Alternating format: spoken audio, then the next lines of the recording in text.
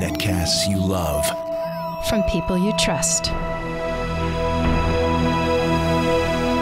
This is Twit. Bandwidth for Triangulation is brought to you by Cashfly at CACHEFLY.com. This is Triangulation, episode 201, recorded Monday, May 18th, 2015. Triangulation is brought to you by Personal Capital. With Personal Capital, you'll get award-winning financial tools, unbiased advice, and a transparent view of all your investments. Best of all, it's free. To sign up, go to personalcapital.com/triangulation. And by Blue Apron. Blue Apron will send you all the ingredients to cook fresh, delicious meals with simple step-by-step instructions right to your door. See what's on the menu this week and get your first 2 meals free by going to blueapron.com/twit. That's blueapron.com/twit. And by Trunk Club. Have the wardrobe you've always dreamed of, handpicked by your own personal stylist. Go to trunkclub.com/twit and join Trunk Club today, free.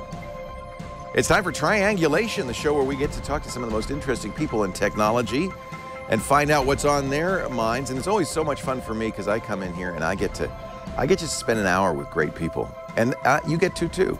So we're glad that you could join us today because our guest is somebody I've known for ages, like 20 years. His name is Peter Friedman. He's got a book now, the CMO, Chief Marketing Officer's Social Media Handbook. But here's a guy who's been doing social media since before the beginning. He was on the original Macintosh team at Apple. Was Apple's, what were you, president of the internet? Is that what you were at Apple? Yeah, funny, they in business school, they said I was going to be vice president of Apple's Moon division, so I guess that's the same thing. General manager of Apple's Internet Services division. Yeah. Peter Friedman, thank you so much for joining us. When we talked last, you reminded me, we were talking probably mid-90s about eWorld, Apple's ill-fated attempt to do a social, basically a social network. At the time, they might have called it a bulletin board service or an internet or online service. Online community. Online community, there's a word. And it was critically acclaimed. I loved it. It really did a lot of wonderful things. Sort of the network didn't place it in the right slot and died in the ratings, which means we didn't bundle it in the Mac soon enough and get the Windows client out. Right. So this was the days when the people really weren't on the internet. They were on online services. They were on CompuServe or Genie or Delphi or Prodigy or even then, was AOL out yet? Yes, it was. It was initially the small guy, and then it ran past everybody else. And at Apple, we had something called Apple Link. Yes. Which was the industry, today you'd call it social network. All the employees, all the dealers, all the corporate IS guys, K-12 university user group leads. You actually had to be on it to be in the industry. And it had about 55,000 people. It was the email system of the industry and the company. And it was the first online service to combine community in the form of discussion boards, database information, and email segmented against groups like dealers and employees and things like that. First graphical, which you would expect because it was Apple. The CompuServe Information Manager, a lot of those other things were kind of a knockoff of that. And the first global because we weren't really there to be an online service. It was supporting the industry and the company in 50 countries. And then we wanted a consumer version for various reasons and partnered with a company called, what the heck did they call it? Oh, I don't know now. It wasn't Quantum back then. Yeah, Quantum. It was Quantum, okay. Quantum, a video text company. Yeah. And jointly designed with them a new graphical, I loved it, consumerish version of Apple Link, which was originally called Apple Link Personal Edition for the Apple II. And this is really funny, but back then, I remember it, we're sitting there going, the Macintosh is for business and the Apple II is going to be for consumers. So we're going to make this consumer thing for the Apple II. Yeah. And that company, we were funding a joint venture, but we had our goals at Apple and they had their goals to be a company. And so we kind of broke up when Apple was in one of its valleys. I had to help break up the deal. And the guy was like, well, my company's ruined. That was Steve Case. So we gave him a bunch of money we got our logo back, but we said, look, I'm not giving you a bunch of money, so you just run off anywhere. I want to see a marketing plan here. So he said he's going to change the name of it from Apple Link Personal Edition for the Apple II to Quantum Link, right? To America Online. That was, but Quantum That's Link the change. I feel like Quantum and Link and AOL are connected somehow. Well, the company was Quantum Link. It was Quantum Link. Partnered, and they did video text. Then we jointly developed this graphical Apple Link for Apple II, and they made a Windows client. So AOL took that technology. They changed the name of it to America Online. Got it. That was the product. Yeah. And then they went public and all that, and they're kind of still the small guy. And then it's and that is like late 80s. Yeah. I don't know, maybe 91. I don't know. Then now it's like 1992, 3. I'm tasked to create this new division for Apple, starting with Apple Inc. and get the consumer online services, but they didn't give me any money to build it. And we had this vision of a worldwide peer-to-peer Unix-based communications network, which turns out to be the internet, object-oriented. Yeah. But we didn't know that. Well, I shouldn't say that. The lunatic fringe at Apple, off in development corner somewhere, they knew it. They knew it was there. And this time they didn't turn out to be the lunatic fringe, right? To their credit. And so we were going to basically license technology, bundle it in the Macs, build up a big business, and then build this other thing. And we didn't like anything we found except AOL's technology, but they were like a dinky little company, and with a couple servers in a room somewhere. And then, bizarrely enough, the banking industry consolidated, and Citibank didn't need its $100 million data center in Napa, California, because of how it consolidated, and Apple bought it for $40 million, and now I had a real data center. So I went back to AOL, licensed their code, and put it in our data center. Big thing. And we paid them a lot of money for it and guaranteed them a lot. What I didn't know till 10 years later, when I was walking around the AOL campus doing work for them, is this company, and my good friend Ted Leonsis was introducing me to people as the guy that was responsible for them all still being there. I went, Ted, that's nice, but I don't think it was that much of a difference. He said, oh, you don't know. When we did that deal with you at Apple, we'd already filled out the bankruptcy papers. We just didn't sign them on the hopes that we would get the deal with you. And then, so I said, you got a good deal. Apple actually got 5% warrants on AOL, which at the peak of AOL's value at the Time Warner deal were worth $20 billion. Wow. Yeah, we were asking this question because with AOL selling for $4.4 billion to Verizon, we were wondering, is that a big number? Is that a small number? It's a small number compared to what it was worth. Number compared to what they were worth when they did the AOL Time Warner deal. Sure. Yeah. I mean, 5% of the company diluted was worth $20 billion then. Wow. So hundreds of billions. Here's eWorld. We've just logged in. I'm so excited. There's the gift store, some pretty smart reading, and it's the little village. We can go to the Learning Center, the Computer Center, Business and Finance Plaza. We can go to the Community Center. One of the things that was so cool about eWorld is this. It felt friendly because Apple wanted it to be friendly, not some text-based thing, right? That's right, and it was to create an emotional experience. The legacy of Apple in the future is using technology in support of an emotional experience.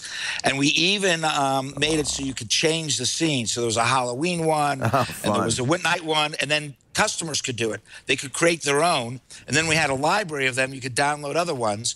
And then we had a writer start writing the 100-year history of eWorld. So all the little roly-poly people are different characters, and would talk about all the debates and political fights about building the buildings and the mayor and this person and that person.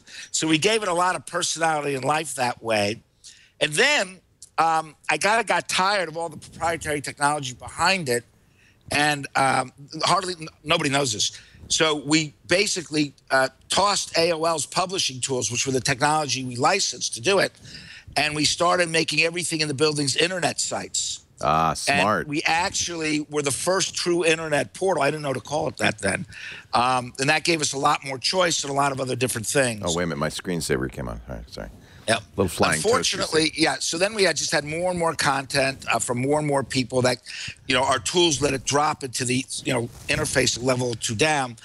And that was pretty powerful. And we were working on a Windows client, but then Apple blew up again. This is just before Steve came back. Right. And this was one of the sort of sacrificial lambs of these various executives, including the chip head guys that came in. I shouldn't call them that. The guys that came in and then left that said, oh, look, I'm changing things. Right. And they basically the whole thing was thrown out. Yeah. And that was sort of probably an error. Kill Amelia. What are you going to do? Yeah, what are you going to do? We're talking to Peter Friedman. What did you do on the Macintosh team? Well, I was the product manager of the file server. File server. Yeah. Well, not everybody knows what that is, but you do. Very infamous product in time. And a whole bunch of other things. The chess game, Alice. Alice was awesome. Glass. Loved that. I actually have that. Hold on. I'll be right back. While you're going, I'm going to do an ad, okay? So you keep, he's going to go. This is great. And we'll get to marketing and all that stuff. Our show, social media. We'll get to all that social media stuff in a second. I got to talk about Alice. But first, a word about, go ahead. You can show us because I'm going to do an ad. This is look at that. This is the product, which was, I was tasked to make this successful. Nobody told me it had been given away free to everybody. So what we did is we made this very nice little booklet. Look at that. It's beautiful. When you would open it up. Oh, there's the floppy. Yeah. There would be the copy. So even if you had gotten it for free when the Mac came out, you might like to get it anyway. There's a lot more stories to go with that. Oh, man, I can only imagine. So you were there when Jobs was kicked out, and you were there right to the point where he came back. I was in the room and outside the first round and outside the room when they all came screaming out. I know the true story. Oh, wow. The book of the movie. Wait a minute. You were outside the room where they at the board meeting where they fired him? Well, I was actually in the Mac division building when he came back. Oh, my God. Hold that thought. I want to hear all about it. There's a cliffhanger. Yeah. Talk about a tease. Everybody's just going to fast forward through the ad. Somebody explained to me you can't tease on downloadable media because you skip the ad. Don't skip the ad. You're going to hear it. Just pretend you're watching this live. The book is the CMO Social Media Handbook. Peter Friedman, story upon story. This is a guy who's been in the industry for so long, and I'm really curious as an early user of social media. I mean, really before it was called social media. What your thoughts are about social media today. We're going to get to that, and that's what the book's kind of about in just a second. But first, a word for Personal Capital, another great story from the folks, somebody I met here on the show a few years ago, Bill Harris. He was a founder with Elon Musk of PayPal. He had some stories to tell, didn't he? And then went on to be the CEO of Intuit. He retired. Frankly, the guy he didn't need to work, but he realized there was a problem. In fact, he's been very involved in solving this problem. People are putting their retirement money in the hands of folks who really don't have their best interests at heart. He decided, look, in the internet era, information is king. Why don't we give you a chance to know everything that's going on with your money? That's what you start with at personalcapital.com/triangulation, completely free. The idea is you go there, you enter your accounts, and you're going to get a single dashboard that tells you where your assets are, where you're spending money, where you're saving money. It will help you with calculators and more to figure out if you're preparing for the future properly, if the future is bright or not. All of this is free and easy, and I highly recommend you do it now because if you don't, you could be losing money to investment advisors who are taking commissions, who are not giving you the best financial advice, or if you're doing it yourself, maybe. You should be getting some better advice. Personalcapital.com/triangulation. This is free. Now, if you do put $100,000 of assets on the dashboard, you're going to qualify for something even better, which is a 30-minute free review of your finances with one of their financial advisors. Now, these are not on commission. These are SEC-registered financial advisors, not broker-dealers. Most of the advisors are broker-dealers, and they want you to trade more. They want to sell you high-fee products. That's not what Personal Capital does. Independent, they're legally bound to look out for your best interest. They have a fiduciary responsibility, and they don't work on commission. In fact, you're going to get this free 30 minutes to look at your goals, your risk tolerance, your time horizon, plan for your future. If you don't do this, you're really missing out on something very important. And you might say, I'm young, I don't need to worry about it. The younger you do this, the better. Trust me, as somebody who's on the other end of this, the younger you do this, the better. Better to do it now than it is wait till you're 65, I can tell you that. Get a free, no-obligation portfolio consultation when you link $100,000 or more in assets on the Personal Capital dashboard. And do get the free service, because at the very least, this will give you information you really need. Personalcapital.com/triangulation. And Bill sent me a note saying, hey, remind people that Congress right now is debating, actually it's Department of Labor, a rule to address there's a regulatory loophole which allows basically commission brokers to give you financial advice that's not in your best interest. And so if you want to know more, if you visit, actually Bill wrote a good article last week on Market Watch, Reining Wall Street's Fees on Retirement Savings. This is in your interest and well worth finding out about, and writing to your member of Congress to say, hey, I stand behind this idea of fiduciary responsibility to me, not to making money for you. And so a change in the rules would make a huge difference. Bill's a great guy. Really looking out for us. Personalcapital.com/triangulation. We're talking to Peter Friedman. So wait a minute. No, we're getting distracted. We're going to talk. I promise you, we're going to talk about the book. But wait a minute. You're in the Apple, the one with the pirate flag up the pole there. Yeah, I was right there. You're there in the building, and this is what 1990. 85. 1985. That's right. He came back in the 90s. This is 85, and Jobs comes in. Is he a little upset? Is he a little perturbed? Well, there's a couple things going on here. Context: the company Macintosh was not doing well. Right. He built a second factory to build more because we thought we couldn't make enough of them, and didn't realize the first factory was only making say 8,000 a month, not the 40,000 it was supposed to. Kind of idle. But the machines were beautiful. They were painted the perfect shade of blue. Yeah, and then the demand was nowhere where we thought. Yeah. The dealers were getting allocated based on the amount they ordered, so they all ordered like 100 times what they needed. So there was a big, huge problem there, and a lot of tension and stress, and Steve's management style, and another guy had been brought in who might take over the division. And Steve and John always got along and were very similar, types. People get that wrong. And then there was a lot of tension, and Steve decided to boot John. They wanted to get John out. And I knew he had gone around and leveraged votes, right? To get. Well, what I recall is John was heading for a trip for China. That's and right. Have the level of communication, and Steve was planning to call a board meeting while he was away and oust him. And I was outside the room when they came out of that meeting. Yeah, because John canceled his. John was tipped off.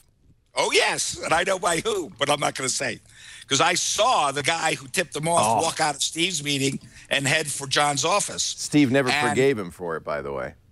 I doubt it. Yep. I expect so. No. So then they had a board meeting with everybody, and John actually said, look, at Steve's company, fine. And the board said, no, we hired you to run the company. You run the company. Steve, you're out of running the Mac division, which was sort of going to happen anyway. Yeah. They did not fire him. That's the big misnomer. They kicked him upstairs, though. Essentially, they wanted him to stay, be a visionary leader, all that. And you could say, well, he was pushed out of the only thing that would cause him to want to stay. Right. You could say that. But the situation was, look, this is his baby. Right. You're not going to run things till you grow up more and we straighten this out. That was kind of it. Now, I want to be fair to everybody. Walter Isaacson, who I know wrote the book, said every time he talked to anybody about anything, got a different story, including Steve. This is the one I know. But after all this happened, I'm standing outside Steve's office, which is still his office, in the building, the Pirate Flag building. Steve is sitting in the chair of his admin, legs up, doing this. We're walking along with the big monitors that we're working on. And he says, we ought to do this, this, and this, and the other thing. And we froze. Because, God was telling us what to do. And he was right. but we didn't report to God anymore. We didn't know what to do. And that was after he was allegedly fired. So he wasn't fired because he was sitting right there. Right. And then 3 weeks later, he left. He quit and went to start Next. So you could say he was kicked upstairs. It's the same thing, but it's really different in my mind. Have you read the new Brett Schlender book, Becoming Steve Jobs? I read the Fast Company excerpts, and I liked it. It's the first one I've liked. Again, I'm not being critical of everybody else. The thing that I find, in that book, by the way, I like a lot of what it says from what I read. I didn't read the whole thing. The only wrinkle I'd have on it, an awful lot of what they said he grew into later. That's right. He was actually like that in many respects back then in the beginning. But not everybody knew that because you had to, I talked to him every day he was in the country for a year because of what I worked on, which was like most days. And I'm not the closest person to him. I bumped into him since then, and he was very gracious. I know other people much closer.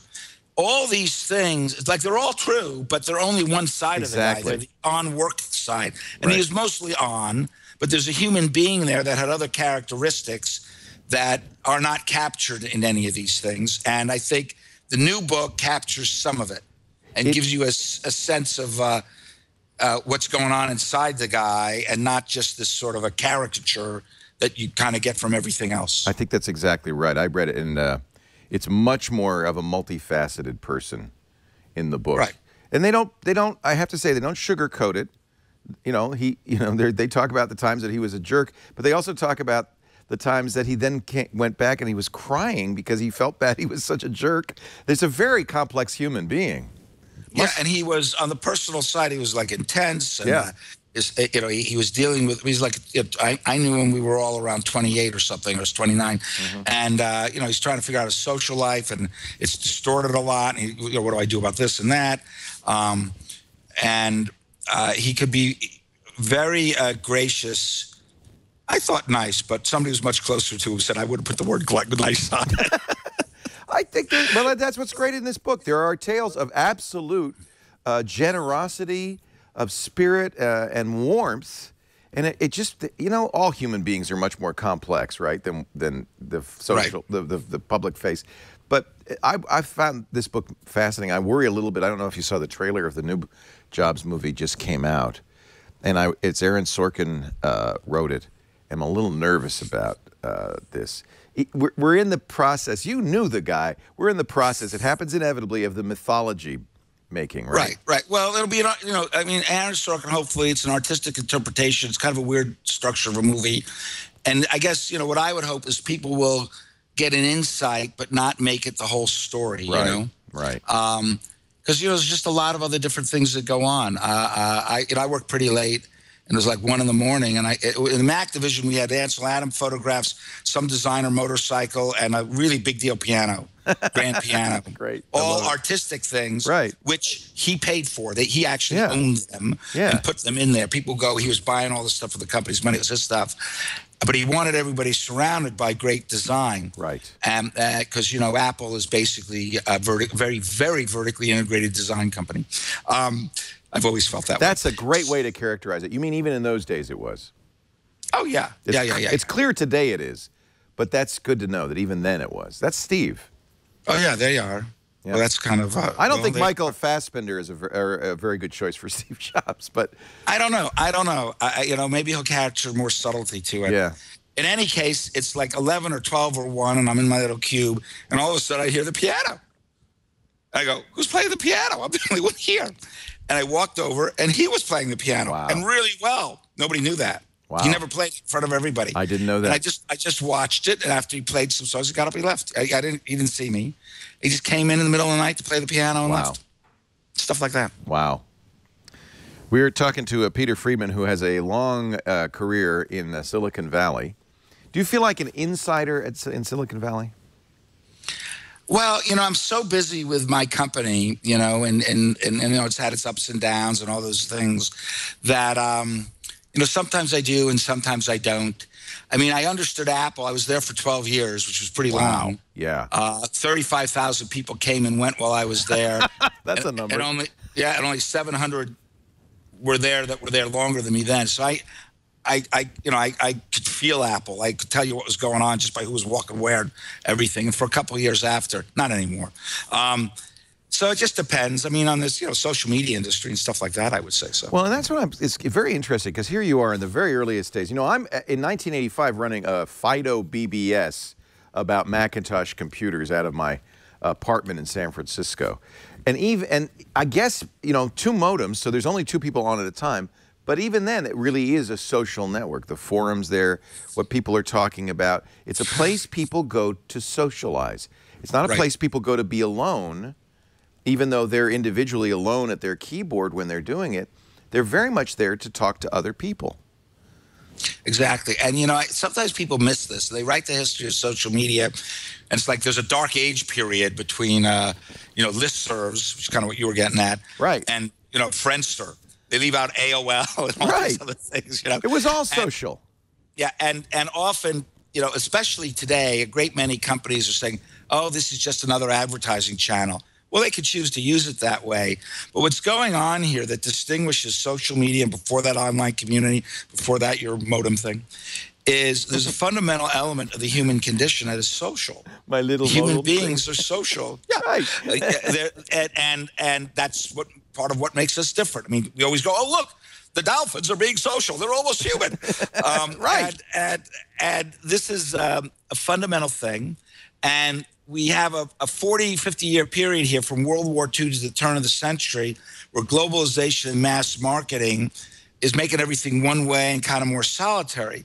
But if you look at the history of society and even business before that, it's all social.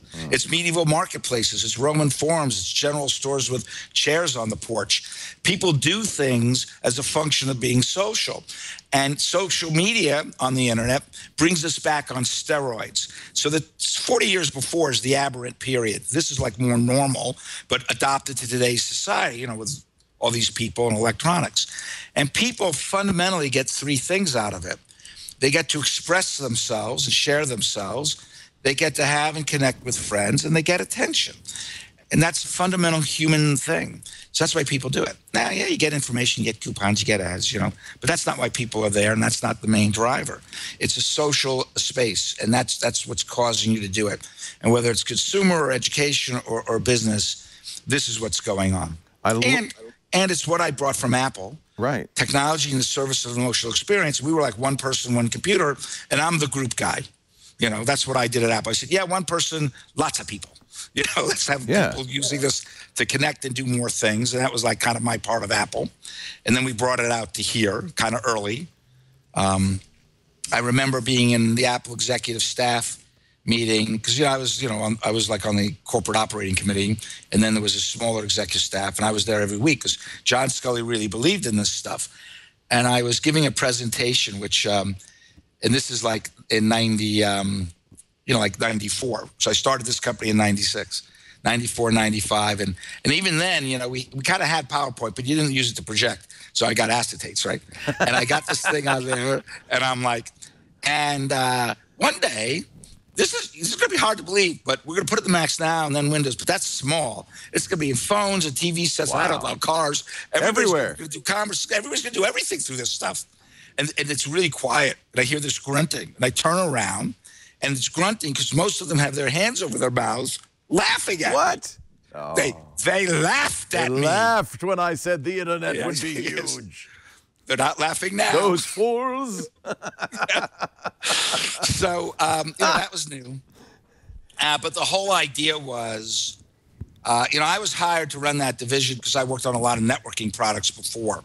And that's because the executives thought I knew about pipes, and it was pipes. It's all pipes. The first day I sat down with the group, they said, no, it's not pipes. And because my family is a printing publishing background in New York, I said, no, it's more media, but it's more than that. It's people talking to each other. Yeah. And that's how we went. And when we started this company, the whole point of this company is that the transformative power of online dialogue and relationship can enable people to create value together they couldn't themselves. Yeah. That could be a big brand like we work with, working with their customers to create experiences that make them, happier in some way. And then because the brand helped them, they want to buy their stuff. Or it could be any kind of a consumer or education thing. You and just that's the core of it. You described the evolution of the internet beautifully. It started as a series of tubes, pipes, became media because the media said, oh, yeah, well, it's media. But ultimately, it is a communication medium. It is not about, it's about conversation. We had Doc Searles and David on to talk about the, what was it, 11th, 20th anniversary of Clue Train. You know, they've updated it. And that was the fundamental message of the Clue Train Manifesto. Yes. Markets are conversations. And they always have been, always. Medieval marketplaces were created by feudal lords to have social, conversational activity that would draw people who could then buy stuff at the booths that they could tax. It's always been that way, and it is now. Yeah. Today, in the last year, for a variety of reasons, including some algorithm changes Facebook makes, which not everybody understands, but you know they want more money and whatever. A lot of people are knee-jerking back. Oh, it's just ads, and you'll have hundreds, maybe thousands of people that are, you know, you peel the covers back, they're all traditional digital advertising people going, oh, see, it's just another ad channel. Right. Yeah, but I got 2.5 billion users on my side talking to each other. Yeah. Well, isn't that true though that people see the internet through the filter, the glasses of what they know, and right. So those of us who came from radio said, "Oh, it's radio on the internet," and Mark Cuban did very well thanks to that. And then people say, "Oh no, it's TV," and then people say, "No, it's magazines."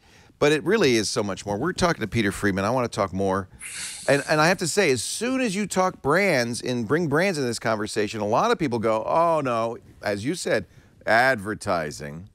So I want to talk about how companies, because companies want to interact in this, how they can do it responsibly without alienating and without interrupting. You know, if there's a conversation, if you and I are having a conversation and Procter & Gamble comes in and says, hey, can I tell you about Tide? That is kind of an interruption. So let's talk about how this is different when we're in this environment. But first I got to interrupt and tell you about Blue Apron. Actually, this is the kind of, you know why our ads work? Because it's stuff we use that we like to tell our friends about. It is the conversation. If you like to cook, and you know, or you want to become a great cook, part of the problem is we all work hard, long days, and you don't want to go shopping after work, come home and cook, and then 4 hours later dinner's ready.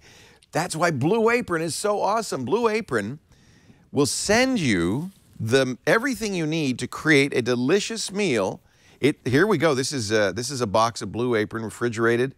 Nothing's frozen. It's all fresh, including fresh produce sourced from local farms, including delicious meats and fish, and a beautiful recipe card that tells you how to make the recipes. Ooh, black beluga lentils. What is Jason going to make today?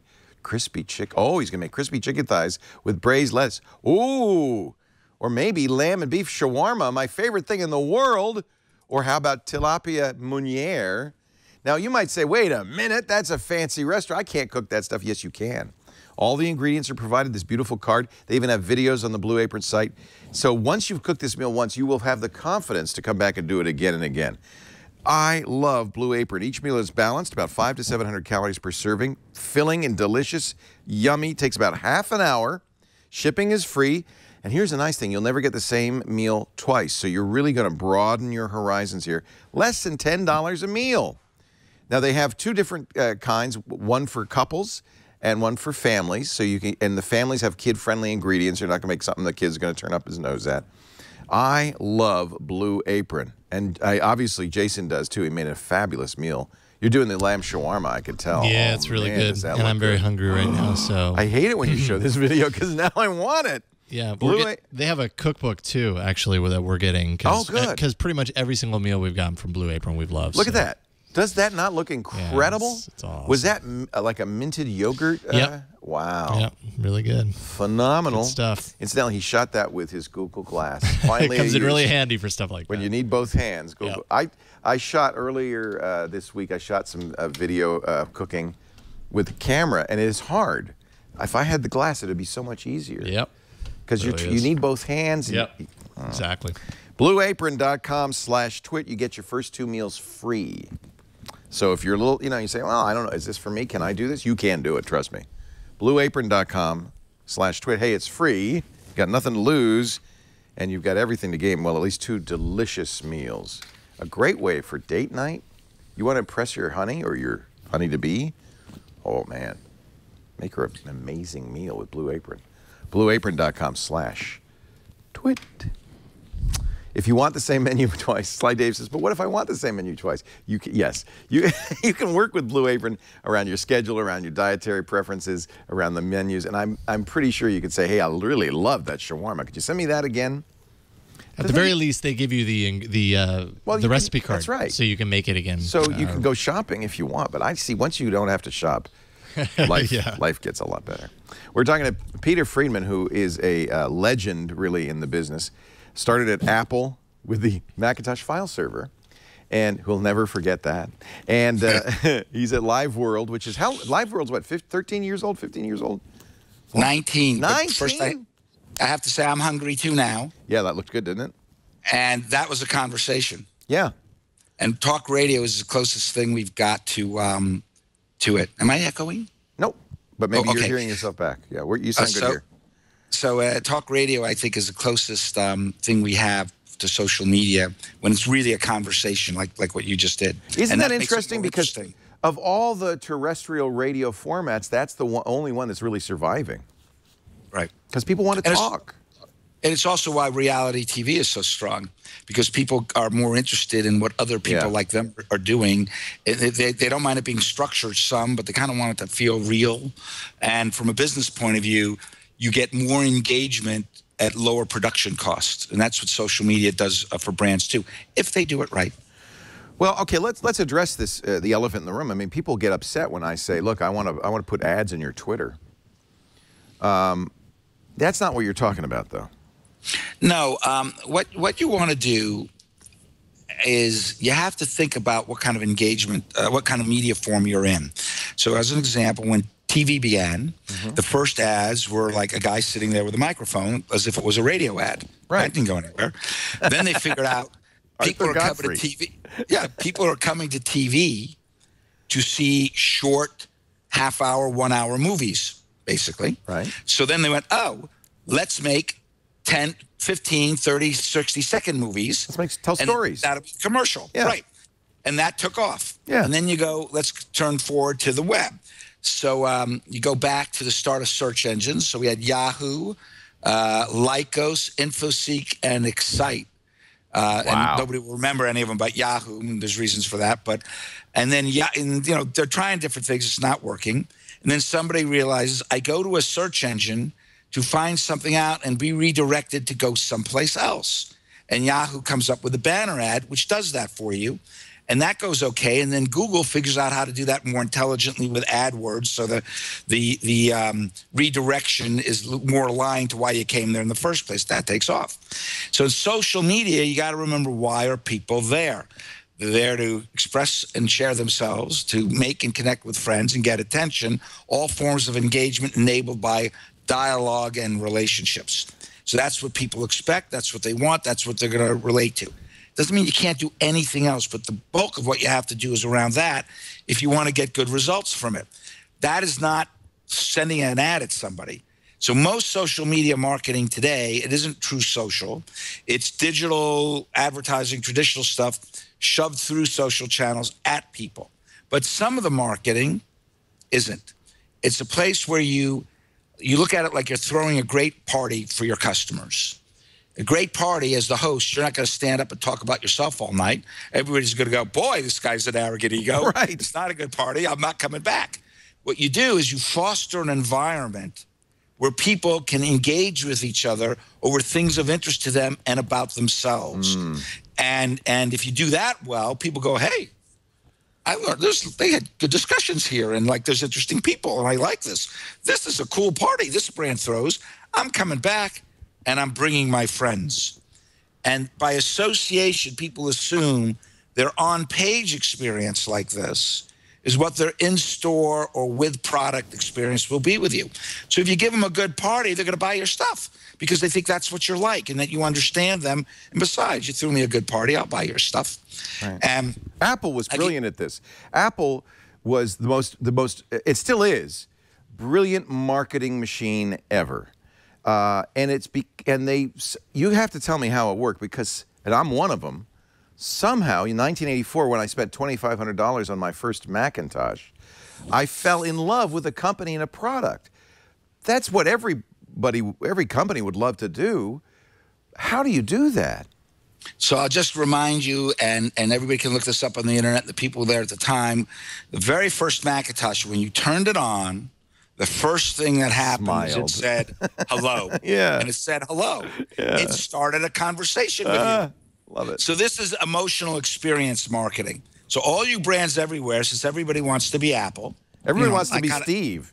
Yeah, and I kind of know that story. Yeah. And I'm wearing black. I could have worn a turtleneck. Just do a little thing with your chin like this, and you could be. That's right. That's right. Did somebody teach him that? You get the feeling somebody said, Steve, try this. Hold your chin. As if. Yeah, he did that. He did that. He had certain habits. He did that all the way back. It was real. Interesting. That, yeah. And he would do this quite a bit. Oh, yeah. Yeah. Hello. There we go. Hello. So the first experience with the Macintosh is it starts a conversation with you. Yeah. That predates Siri. So it's emotional marketing, it's experience marketing, where the experience you have. And if you look at studies, 80% of brands or something like that, Gartner or whoever said this, say the experience a customer is going to have with them is their next battlefield, but only like 20% have a strategy for it. Right. So if you're in business, you have the opportunity to leave everybody else behind or get left behind, depending on whether or not you get on this curve of experience marketing. And again, 70, 80% of consumers say they will make their purchase decisions more on how the company treats them than the product itself or the store itself. Well, they blend. So you have to think about that. And, in Apple marketing, very rarely do you get a spec. No. Very rarely. Not the important part. You get not only do you get, look what I'm going to do with it, but you get, here's the emotional experience. The feeling. Yeah. Right.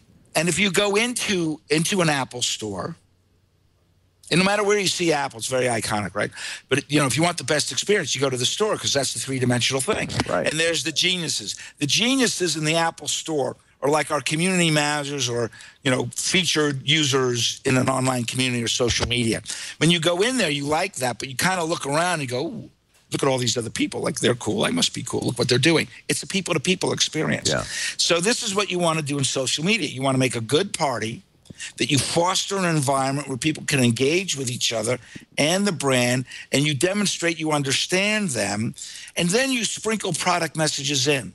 So most brands, even today, after all this social media, which is still kind of nascent, they work with 60 years of broadcast mentality, and they want to get up and talk about themselves. They're going to spend money, and now Facebook wants you to, get at everybody through ads. So if you're going to spend money, I got to talk about my product.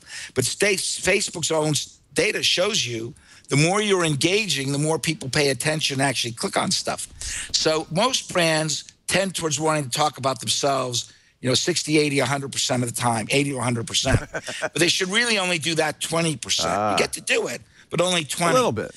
And then 40% of the time, you should be talking about like the subject matter, and 40% about the people. So if you were a barbecue company, 20% of the time you go, look at my Weber 99, look at the features. 40% of the time you go, do you like charcoal or gas? And 40% like, what'd you do on the 4th of July when you were barbecuing? Yeah. And this mix works. And as an example, one of our clients, one of our best examples, is a company called Zoetis. It's the largest animal pharma company in the world, $4.3 billion or whatever. Newly spun out of Pfizer a few years ago, new name, had to establish that. Their products are bought, you get it at the vet, and you're not thinking about the brand or distributors or ranchers or whatever, because, it's consumer and, and livestock and all. And they wanted to establish the new brand. They wanted to connect with end customers, create some brand draw through the veterinarians, and they wanted to provide higher service and support that traditionally they did with field, like, pharma engineers, that you can't scale that. So we created a series of social media programs for them. One is a Facebook page called EQ Stable. See if you can find that. And another one's called Catosphere. And if you look at these, you'll see that it's mostly about love of horses in EQ Stable. and lots of pictures of horses. It's all about loving horses. And here's their celebrity spokesman talking about how they love horses. And here's Tina, who's one of their like employees, talking about what she does with her horses. And every so often they slip in, be sure to ask your vet for this medication, for this need for your horse. Well, doesn't that feel sneaky to people? Well, no, because it's there. It's obvious. They know you're a business. People get that. So this is EQ Stable. Yeah. Are we there? Yeah, this is an app. On Facebook, right? No, on Facebook. Facebook. It's on Facebook as well. All right. Yeah, there's an app too, but you want to look at Facebook. Okay. Yeah, Facebook's what you have to look at here. So, and so they come to know this isn't some big faceless brand, but it's Tina and all these other people who love horses. And by creating an environment where the horse owners can connect with each other, they show they understand them. And these people come back looking for each other. And most of the pictures on the site are from the customers. Yeah. So they completely changed the value proposition of the company from faceless corporate brand. There we go.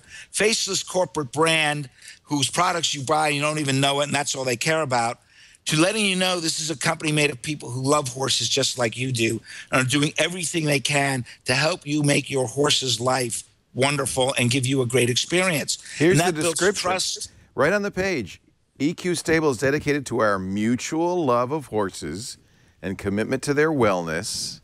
We hope to have a lively and fun dialogue and share our mutual expertise, resources, and passions.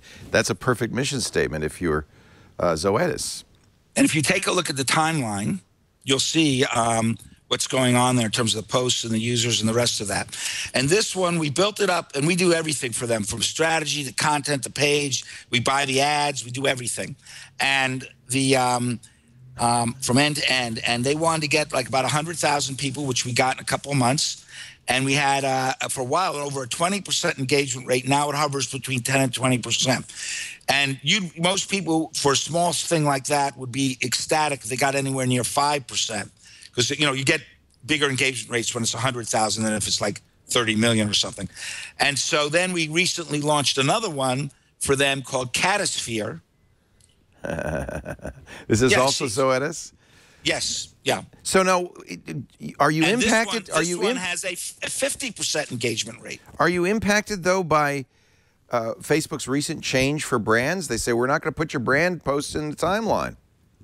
Well, when you really dig down on that, what they're saying is they're not going to put your promotional posts in the timeline. Ah. And it actually says that if instead of talking to account teams who are selling you ads, you dig down to the site and then you nail them down, which we did. But it's very crowded. So it's getting more and more difficult to get seen in the timeline, even with the social posts. Yeah. But they didn't do anything to the algorithm to restrict the social posts. It's just the nature of the crowd. But your things that talk about your product, they're knocking that out. See, that's part of the challenge is you're living on their platform. You can't control, and they may do something that in the long run hurts you, right? Well, that hurt because everybody overreacted the wrong way. Right. So the whole industry stalled on that. However, when you advertise, Facebook will tell you the more socially engaging your ads, the better the results. And we've seen some data with a brand that basically, by making theirs more socially engaging, they could improve the cost efficiency of their advertising program by twice. So you have to remember, whether you're paying for it or not, you're an engagement media form. You want to engage people, not throw stuff at them, which progressively they'll numb out just like they did on TV. Right. But if you create, and the ads are used to create environment also, right? And the best thing is to have an integrated plan where you mix what we call organic, the posts you put on your page for free, and some of those get in the timeline, and what you're paying, and you integrate it, and eventually you integrate it across channels. But the key thing is not to think of it as a broadcast media form. Think of it as an engagement media form. Really do a strategy to find a cultural model of your party. And we did one party for the horses at Zoetis. The cat party is different. What is it? Catosphere? Catosphere. C-A-T-I-S-P-H-E-R-E. Catosphere. I see. Here we go. Catosphere. So this was really great. I just got some kitties, so I want to look at Catosphere. Yeah, that Becoming Steve Jobs book, they said that one of Steve's insights was, with every interaction with a company, you either get a credit or a debit with the customer. Either the customer's regard for the company goes up or goes down. And you want to make sure that whenever the customer interacts with the company, you're improving your reputation with that customer. It's not, as you said, it's not about specs. It's not even about the product, especially in computers where it's kind of commoditized. They're all roughly the same. It's about building the consumer regard for your company. And these days, it's about it's about having a conversation. But don't, you know I can hear our audience saying, but this is manipulative. You don't really care about me. You just want to sell me a product. Well, you know, I'll tell you what. People, we don't give people enough credit for this. They know people are in business. They got to sell stuff. They get that. Right. It's how you do it. And you need to be transparent. That's part of when they say you need to be transparent. Well, that's not just saying what's your ingredients and all that. That's like, well, I'm here and we're doing this. But it's the way we're doing it that matters. Because my competitor over there, he's not doing this. He's just throwing ads at you. I at least am taking the time and the trouble to understand you and listen to you and talk to you and make you connect with other people like you. And I'm learning from that. And slowly what happens is you come to understand the company. If it does it right and really means it, it's not there just selling you stuff. It's acting on your behalf to create products that you'll want. Yeah. So you want the customer to think you're there to add value to their life, and you're listening to them and you're helping figure it out and you're trying to do the best you can. And when you make mistakes, but you're only human. You want them to think of you as all the people in your company that are dedicated to what they're trying to do for you. And people get that. I mean, people are smart. You know, we did the original Dove campaign for Real Beauty, which is like the poster child. Love that campaign. Right. That was you? And that was brilliant. Yeah, that was in 2004 to 2006. And Ogilvy was the master agency. It was their campaign. But they brought us in to do the online community, which, as the head of creative said, a big meeting we were all in, this community is the pivot to the whole thing. We have to have it in every country. And, you know, we're spending like $50 to $100 million worldwide on this thing. If we have to spend another few million on the community, just do it. Yeah. I really like that guy. Yeah. That's what you want. And, you know, a lot of people talk about the video, but that came after. The core of this thing was that women in 27 country languages, we did 27 country language sites, so 22 countries. And they'd all touched a nerve. And Unilever really wanted to get at this issue, and now everybody goes, oh, great. But the people doing it, and the woman, Patty Wakeman, was in charge of, kind of the brand manager of the program, were really quite courageous of the cosmetics industry. This was like a career risk move because they were going completely opposite of the, you have to be this model and this picture we'll make of you, and went with this whole other model and was cause marketing. And boy, did it work, because it was about the women and it created conversations between them and connected them. And they wanted to be really pure about it. So there's nothing about Dove on the site. I mean, the Dove logo was there, but nothing about products. You could click on that and go to the Dove Foundation, and from there to Dove Corporate, and from there to the product sites. You had to really work at it.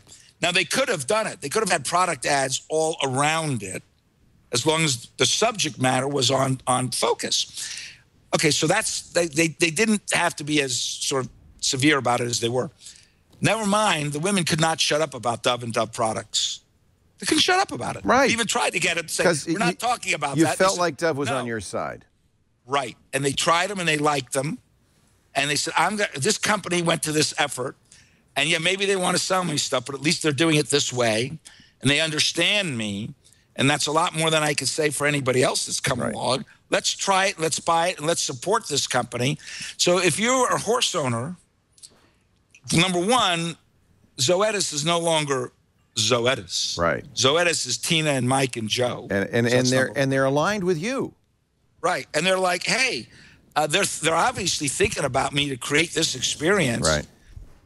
That alone means they're thinking about us generally. And by the way, it's not just soft metrics. Their number one ROI metric was customer name acquisition cost, because they wanted to get end customer names. And I can't give you the exact number, but it was a fraction of the next most effective model, which was search. Interesting. So there's like hard ROI for you. By the way, I like Catasphere, and I haven't seen one ad yet. It's got a lot of useful, I mean, as a new cat owner, there's a ton of stuff. I mean, by the way, it's working because people are putting, pictures of their cats in it, and they're really participating. And they're great pictures. They're great. Again, it's reality TV. You know, when we started, they were like, well, here's all our assets. We were, yeah, fine, we won't need that if we do it right. Because, I don't see Zoetis anywhere in here. It'll come along. It's very soft sell. Wasn't that a vet? Oh, yeah, it's very soft sell. Yeah, there was a vet, but it doesn't mention. It's actually great information. It says if your cat associates car rides with vet visits, you should train the cat by taking him on short rides that don't end up at the vet's office. That's a very good point. So we did an entire, what we call a social brand identity exercise. We've done 3 or 4 of them or something with Zoetis, just around their cat business. Really learning it. You know, we really get into things with our customers. Like, you know, Walmart's a client of ours. I was a Walmart greeter for a day. Were you really? You got into it, right? Yeah. Oh, yeah. That's a whole experience, too. I bet it's fun, actually. I bet being a greeter is fun. Yeah, because you learn stuff. Yeah. You learn a lot more about customers and their business. And you know, Walmart, they're the big box company, but they're the only one with those greeters. Yeah, and that's smart. That's your first experience when you walk in that store. Not unlike your first experience when you turn on a Mac, is somebody says hello to you and has a conversation. I like it.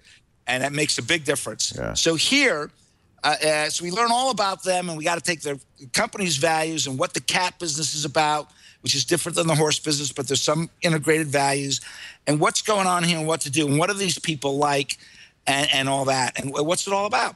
And what you learn is that the biggest opportunity for a company like Zoetis with their cat business is just to get cat owners to understand how to take care of their cat. Yeah. Because they love their cats, but they don't, by and large, realize what sort of medications and flea collars and all these things they should do. Right. They just don't know. And if they knew, they would be aghast. So just educating them.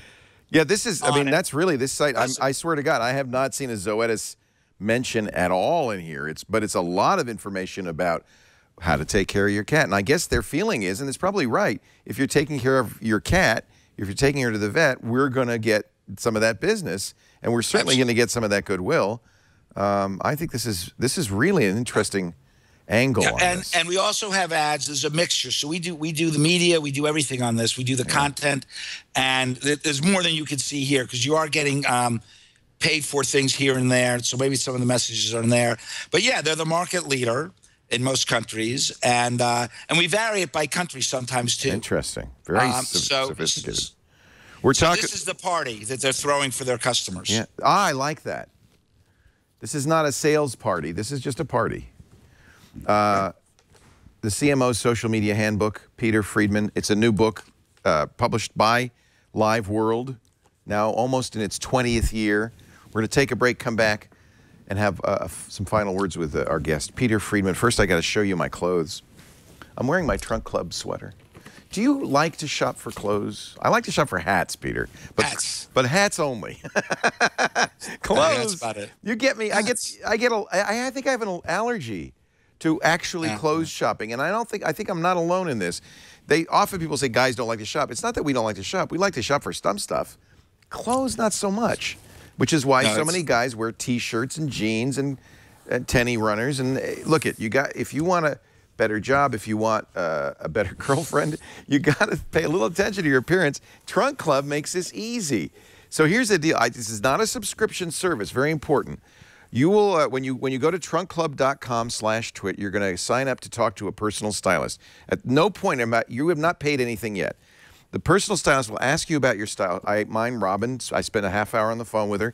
She then put up a website of stuff. She said, I'm thinking this. And I said, like hot or not? No, yes, no, yes, or like Tinder. And then she sent me my first trunk. And now I still have paid nothing at this point. I picked out the clothes I liked, packed the rest back in the trunk, sent it back to them, and then only paid for the stuff I kept. All right, keeping this. Love this. See, I love these merino wool sweaters. She's really nailed me on these.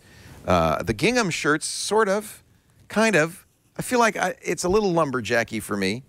Oh, cable knit. You see, she knows. She sends me a lot of sweaters now. So the point of this is you will never get a trunk you didn't ask for. You will never pay for shipping. You will only pay for the clothes you keep. That makes it very straightforward, very simple. And because you have a personal stylist working with you, you're going to get clothes that match your style. And each trunk gets closer and closer and closer. This is such a great idea. Every time I tell people about this, they say, when are they going to do this for women? Trunk Club, it's for men, it's for guys only. Trunkclub.com/twit. It's free. You only pay for what you keep. You get the personal stylist, you get the shipping, you get great clothes. You don't have to go shopping. What could be wrong with that? Trunkclub.com/twit. Maybe you've noticed I've upgraded my style lately a little bit, and I owe that all to Robin. Shoes, sweaters, pants, shirts, neckties, everything. Trunkclub.com/twit. You want Tommy Bahama? Yes, they can do. They ask you what brands. I should have said more Tommy Bahama. You're right. Oh, Robin, Tommy Bahama, please. Trunkclub.com/twit. We're talking with, as it turns out, an old friend, guy I've known for 20 years myself, Peter Friedman. He's the author of the CMO Social Media Handbook.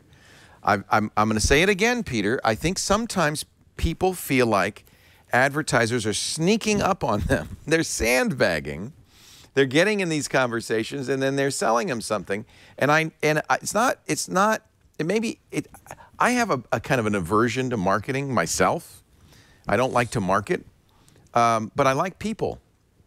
And I think that one of the issues is I think people sometimes feel like these advertisers are they're acting like people when they're not.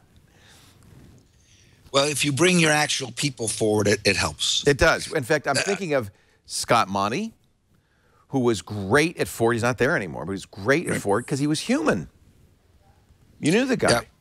We tell our clients your number one asset in social media is your customers, and a close second are your employees. Yeah. And you want to use social media to personalize and socialize your brand, bring these people forward. And I think in Frank Eliason, Eliason it makes a difference. Frank Eliason is the only thing that ever put a positive face on Comcast in history. Yeah. And actually, it's less the CEO. That's okay. It's and rarely more of the everyday people. Yes. Because then you go, well, they're like me and they care. And I like that. And, you know, and people, I'll buy from Joe because I met Joe. He's in that company. At least I know Joe.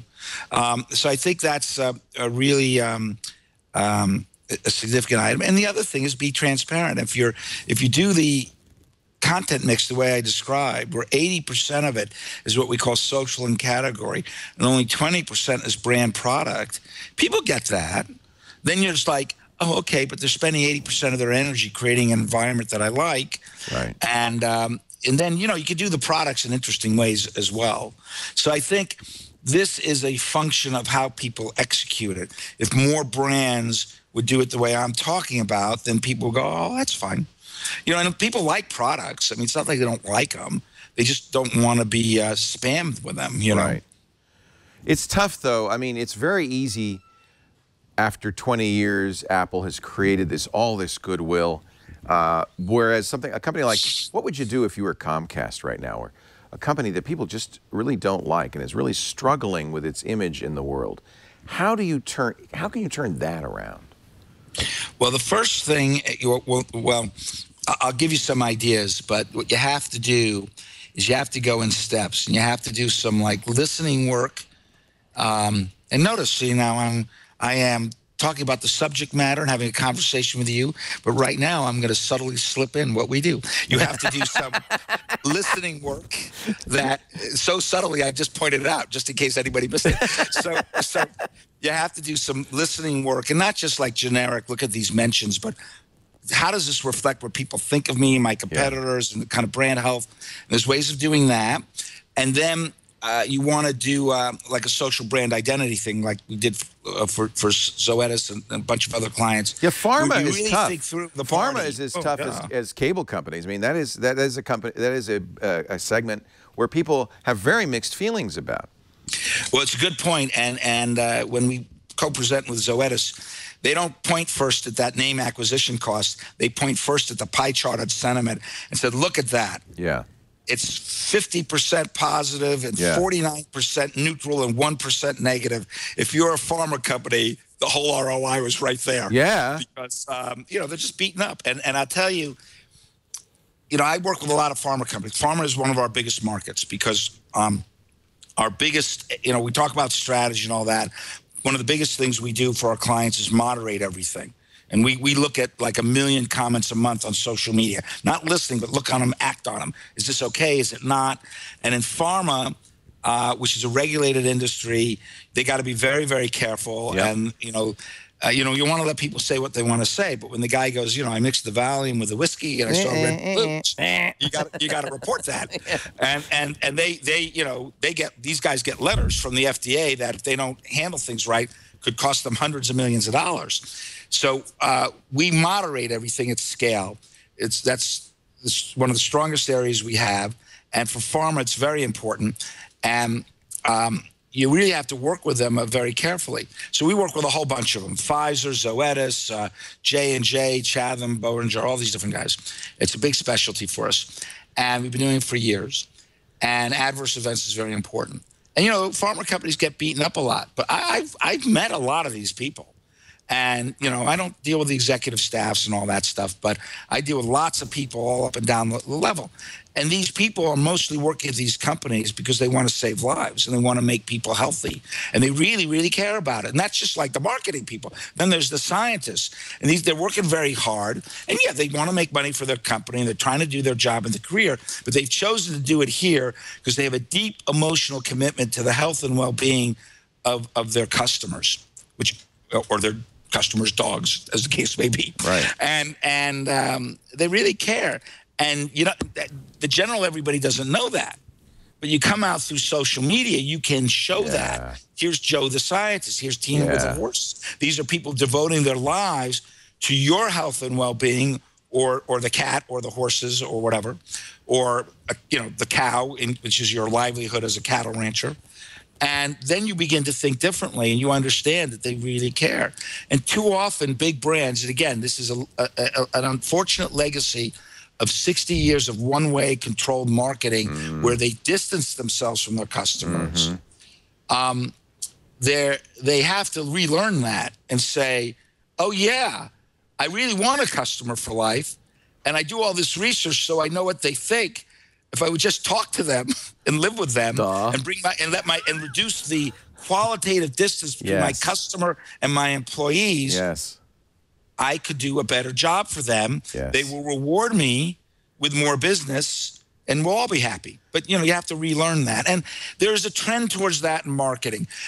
There's a lot of back and forth and backlash, but overall it's going towards more emotional, more experience, more engagement marketing overall.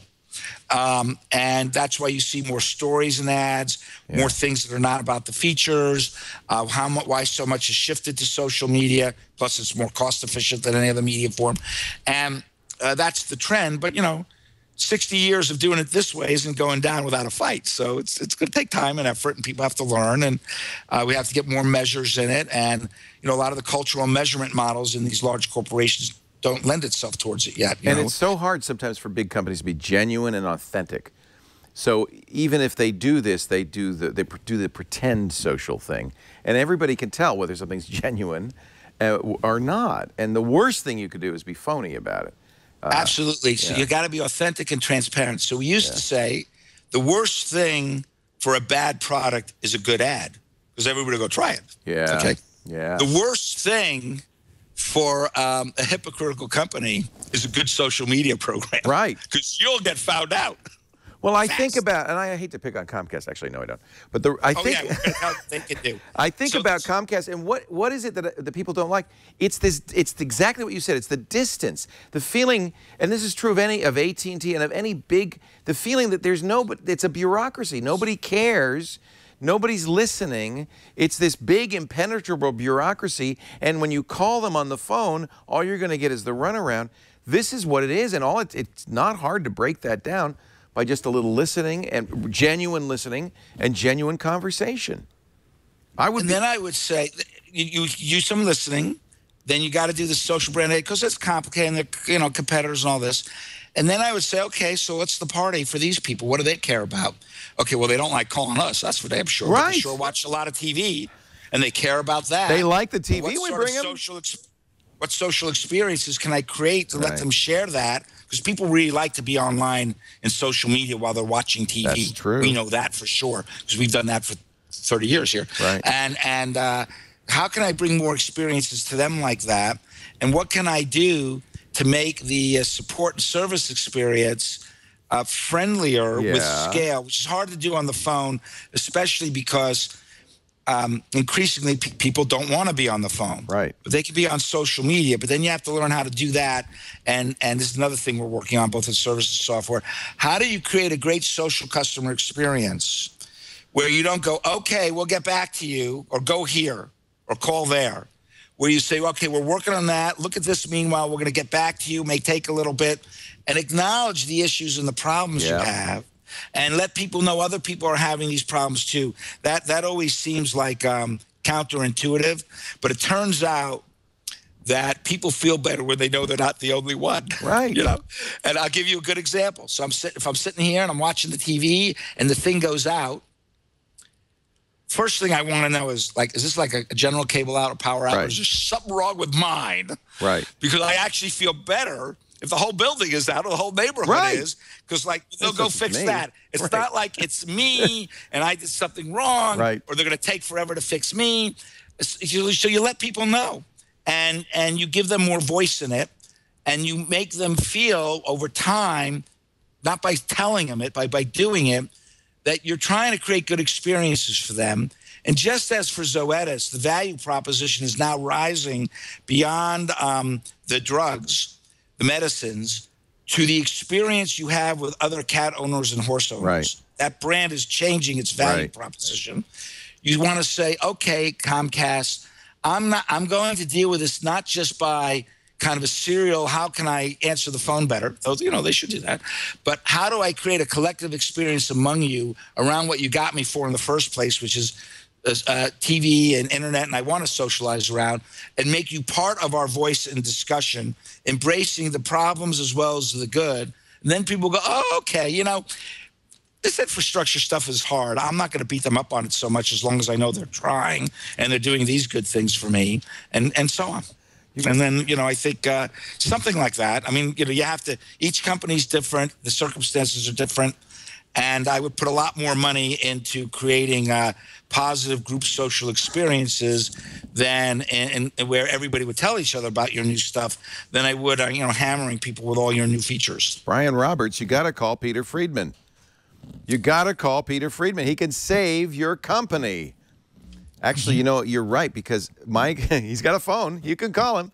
My experience with Comcast is on the phone, a nightmare. Going into the store, a great experience, because it's made of people. It's fascinating. You nailed it. And remember, people will assume their on-page experience with you is the reflection of what their in-store, or in this case, on-cable experience will be. So, you know, and if something's wrong with the product, they'll go, hey, you got something wrong here. Let me help you. You know, you build trust and relationships that way. All products break. It's how you handle it, how you deal with your consumer. It's how, whether you're in alignment with them, because everything breaks. Right.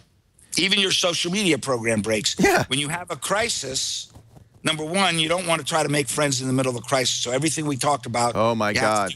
And we can think of some big social media screw-ups, can't we? Yeah. And number two, it's how you handle the crisis usually that affects things, rather than the crisis itself. Yes. And again, we see when people are dismissive, when they do traditional PR marketing things to control it, that's what gets them in trouble, not the actual issue. You get on your knees and you beg forgiveness. Well, no, you don't even have to do that. What you do, but you do embrace it. Yes. And you let people beat you up on your own page. Yes. And you go, look, we stand for this. We want to listen. Go over here for some information. We may or may not be able to do what you want here, but we are listening. Go over here for some other information. Don't argue with them. And then here's the other interesting thing. You're doing all this marketing, and usually the situation you're in that caused the crisis, because you wanted everybody's attention. You got it. Well, you got it. What are you going to do with it? So if you handle it the right way, then you have an incremental opportunity to flip it. What an opportunity. And bring it back to your advantage by showing what you do for people, maybe around that issue, including changing it because of what you experienced in the crisis. And then people will really love you. Man, I hope people are listening to Peter Friedman. Do you watch? I hope so, too. I hope so. Do you watch Mad Men? No, I haven't really watced it. But, I'd be really interested in what you think of the last episode was last night. You got to just watch the whole thing, and then we'll get to another show. Then we'll talk about it. I know Sir Martin Sorrell, the head of WPP, whom we've worked with sometimes, thinks the core underlying dynamics are still here. It's just the specifics and the dynamics. That's exactly right. Changed. Yeah.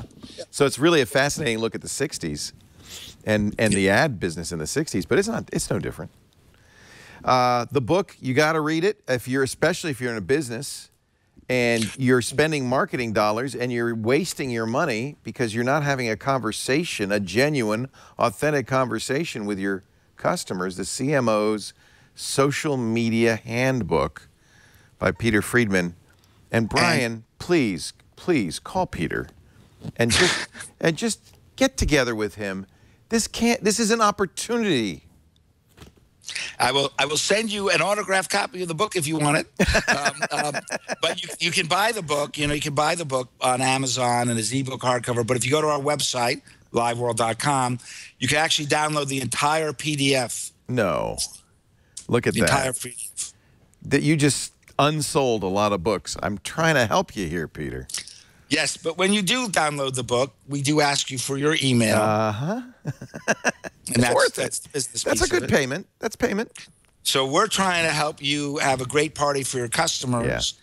And we want to help you have a great party putting together a social media program. And to help you, here's your playbook. Love it. Hey, it was great to catch up with you, Peter. Thank you so much for being on the show. It was great fun. Yeah. I'm very excited about the book. Everybody should get it. Or get it for free. Just go to liveworld.com. That's pretty easy. liveworld.com. Peter Friedman, thanks for being on Triangulation with us. I'll see you soon. Bring some hats. Thank you so much. Yes, all my different hats today. Oh, I should show you what I got, Peter. You ain't seen nothing yet. Stack them up. Telling you. That'll be next. Next time we'll do it in the studio and we'll change hats. There you go. Every segment. Changing hats every segment. I'm telling you, go to New Orleans. Meyer the Hatter. Great guy. Meyer the Hatter. Meyer the Hatter. You'll love him. Take care, Peter. Thank you. Okay, bye. Thanks so much. Have a great day, everybody. We do Triangulation every Tuesday, 11 a.m. Pacific, 2 p.m. Eastern Time, 1800 UTC. Did I say Tuesday? Monday. Every Monday. Begin the week with Triangulation. Always interesting people. Always challenging. If you can't watch live, we like it if you're in the chat room during the live show, but if you can't, that's okay. You can get on-demand versions at the website, twit.tv/TRI, or on iTunes or your podcast client, or, of course, we've got a wonderful community that has written a number of different Twit apps for iPhone, for Android, for Windows Phone, for Roku. So look, the platform that you want, look and find the Twit app, and that's the best way because then you can get every episode every week. And you don't want to miss any of these episodes. Thanks for joining us. We'll see you next time on Triangulation.